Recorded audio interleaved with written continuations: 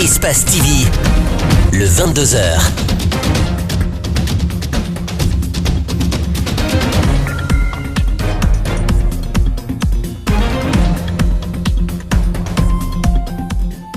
Bonsoir à tous, merci de suivre Espace TV, bienvenue à ce 22h. À la une de l'actualité ce soir, fini les guéguerres au sein de la centrale syndicale USTG.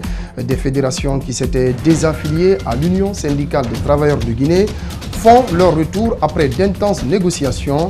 L'annonce a été faite ce vendredi à l'issue d'une rencontre au siège de l'USTG. Comment expliquer cette entente? Des réponses, nous en disposons, vous aurez la primeur dans un instant. Amnesty International tire la sonnette d'alarme sur les tueries et les violences en Guinée lors des manifestations. Au moins 18 morts et de nombreux blessés ont été enregistrés cette année. Selon l'ONG de défense des droits humains, les forces de sécurité font usage d'une force excessive contre des manifestants. Enfin, vers le renouveau du cinéma tunisien, 7 ans après la révolte, une génération de cinéastes et producteurs met à l'écran avec succès des remous sociaux, questions politiques et conflits de l'intime longtemps bannis dans la société tunisienne. Fini les guéguerres au sein de la centrale syndicale USTG. C'est en tout cas ce qui est dit au terme d'une grande réunion des différentes fédérations qui s'étaient désaffiliées à l'Union syndicale des travailleurs de Guinée. Cette rencontre s'est tenue au siège de l'USTG et s'est soldée par l'annonce d'un congrès électif. On fait le point avec Makiso Alseni Kamara. Après tout un mouvement de tourbillon qui a secoué la centrale syndicale USTG avec même parfois des batailles judiciaires entre les responsables de l'Union syndicale des travailleurs de Guinée, ils finissent par se retrouver pour enterrer la hache de guerre. Que le peuple de Guinée sache que l'USTG est redevenu USTG. Aujourd'hui est un très grand jour pour le mouvement syndical guinéen. Le fait de nous réunir. Donc nous avons également la joie de vous informer que notre prochain congrès, qui sera l'un des plus grands congrès de la Guinée, sera tenu, s'il plaît à Dieu, les 19, 20 et 21 à Conakry. L'une des composantes de la centrale syndicale, en l'occurrence la FESABAG, était parmi ceux qui avaient claqué la porte de l'USTG. Aujourd'hui, cela n'est qu'un souvenir. Les composantes de l'USTG, par ma voix, fait appel au gouvernement pour que les négociations soient ouvertes très rapidement, pour qu'ensemble, nous puissions envisager une solution responsable, pour que nous puissions sortir de cette crise qui met nos enfants en dehors de l'école. Nous ne pouvons pas rester en marge de cette situation. Abdoulaye Keïta, jusqu'ici secrétaire général adjoint, est désormais avec un autre groupe qui avait organisé la semaine dernière un congrès dans la région de Mamou.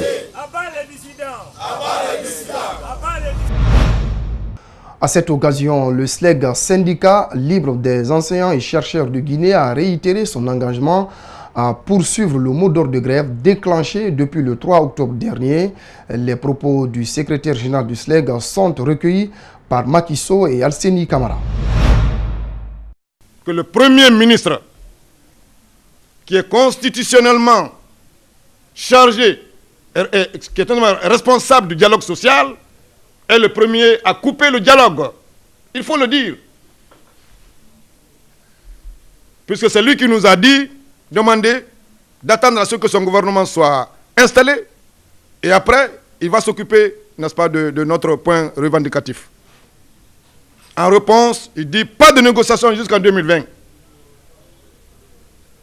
Et aujourd'hui, au lieu de faire face à notre revendication, ils ont recruté des contractuels qui sont en train de dispenser les cours. Et quels cours? Ces contractuels sont aussi aujourd'hui rejetés par les élèves. Vous le voyez? Donc, nous remercions les parents d'élèves qui n'ont cessé d'apporter leur soutien et qui continuent à apporter notre soutien pour que leurs enfants retournent à l'école. Et c'est le lieu aussi de remercier, féliciter tous les anciens qui ont observé ce mode de grève et qui, malgré le gel de salaire par les autorités de l'éducation, donc malgré ce gel de salaire, les anciens sont une fois encore déterminés à aller jusqu'au bout.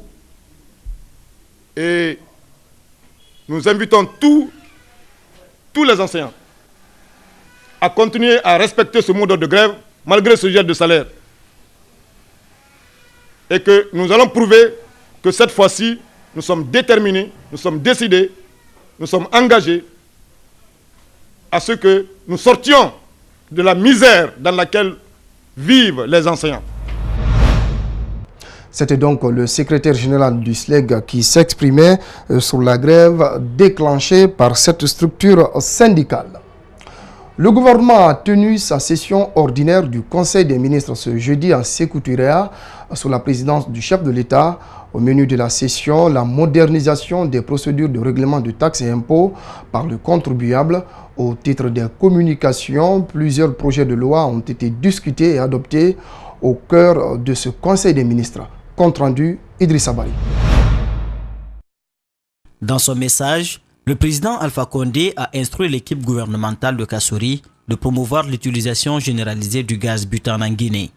Ceci dans le but de réduire et de supprimer à terme l'utilisation du charbon de bois dont l'effet de la production dévaste l'environnement.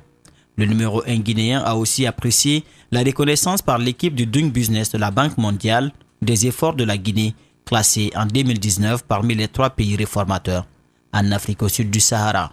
Le président de la République a demandé aux autorités de l'éducation scolaire d'intensifier la communication en direction des parents d'élèves afin de les rassurer et les encourager à amener leurs enfants dans les salles de classe tout en donnant aux populations de larges informations sur les efforts considérables fournis ces dernières années par l'État pour améliorer les conditions de vie et de travail des enseignants guinéens. Le chef de l'État a encouragé les départements ministériels concernés à poursuivre l'amélioration du cadre incitatif des investissements en Guinée, de manière à faire de notre pays une destination prisée par les investisseurs. Le Premier ministre Ibrahima Kassory Fofana a fait le compte-rendu de la session du Conseil interministériel du 30 octobre. Le Conseil a entendu la communication du ministre de la Sécurité relative à l'organisation de la première édition des assises sécuritaires dans la préfecture de Sigiri.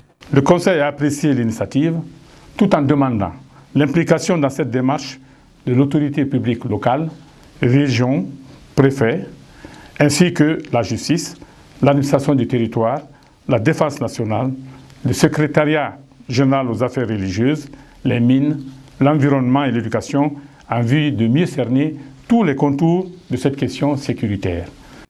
Autre communication faite par le ministre de la Sécurité, le renforcement des capacités opérationnelles de la Direction nationale de la sécurité routière. Son collègue du budget a présenté le cadre budgétaire 2018 révisé. Le ministre de la fonction publique a soumis en seconde lecture au Conseil le projet de loi portant statut général des agents de l'État qu'il a adopté. Au cours de cette session, le chef de gouvernement Ibrahima Kassory Fofana a fait le compte-rendu de sa tournée dans les zones minières de Boké, Kamsar et Bofa où il a inauguré certaines infrastructures et lancé les travaux du projet de bauxite Chalco. On en vient à cet élément annoncé au sommaire. Amnesty International tire la sonnette d'alarme sur les tueries et les violences enregistrées en Guinée lors des manifestations. Au moins 18 personnes ont été tuées et des dizaines d'autres blessées au cours de cette année. C'est du moins ce que révèle un communiqué que vient de publier l'ONG de défense des droits humains. Malik Sandiana Kamara, Lamine Silla, explication. La situation sociopolitique de la Guinée reste tendue ces derniers temps. Le pays traverse des crises interminables émaillées de manifestations. Des violations graves des droits de l'homme sont constatées au moment du maintien d'ordre. Plus grave, des morts d'hommes sont enregistrées. Et quand Amnesty dit qu'on enregistre les 18 morts depuis le début de l'année, et dont on a cité par exemple juste pour les 3 dernières semaines qu'il y a 3 morts par balle, quand on affirme qu'il y a eu des morts par balle, effectivement c'est quand il y a eu des autopsies. Okay? Donc c'est pourquoi c'est avec ces autopsies qui sont faites par le médecin légiste et donc qui confirme que là c'est une mort suite à une balle. Donc on parle de morts par balle d'arme à feu. Amnesty International soutient ces allégations par des images authentifiées. Ici en image, un béret rouge avec une arme à feu dans la rue de Bambeto alors que le maintien d'ordre n'est confié qu'à la police et à la gendarmerie. C'est un travail qui a été fait suite non seulement encore malheureusement à la mort de manifestants par balle, donc l'usage excessif de la force, et surtout ce qui nous a interpellé, c'est la présence d'une unité d'élite, des bérets rouges, que nous avons vu il y a une semaine dans le cadre impliqué à côté des forces de sécurité. On a plusieurs cas de personnes, des parents de ces victimes qui ont porté plainte devant la justice guinéenne. Jusqu'à présent, il n'y a pas eu de suite. Et donc cette culture d'impunité, c'est ce que nous appelons à l'État de tout faire pour qu'il y ait des enquêtes. Des élections locales du 4 février 2018 à l'installation des conseillers communaux, le pays est pris en otage par des manifestations et villes mortes appelées par l'opposition républicaine. Des revendications qui se terminent par des scènes de violence.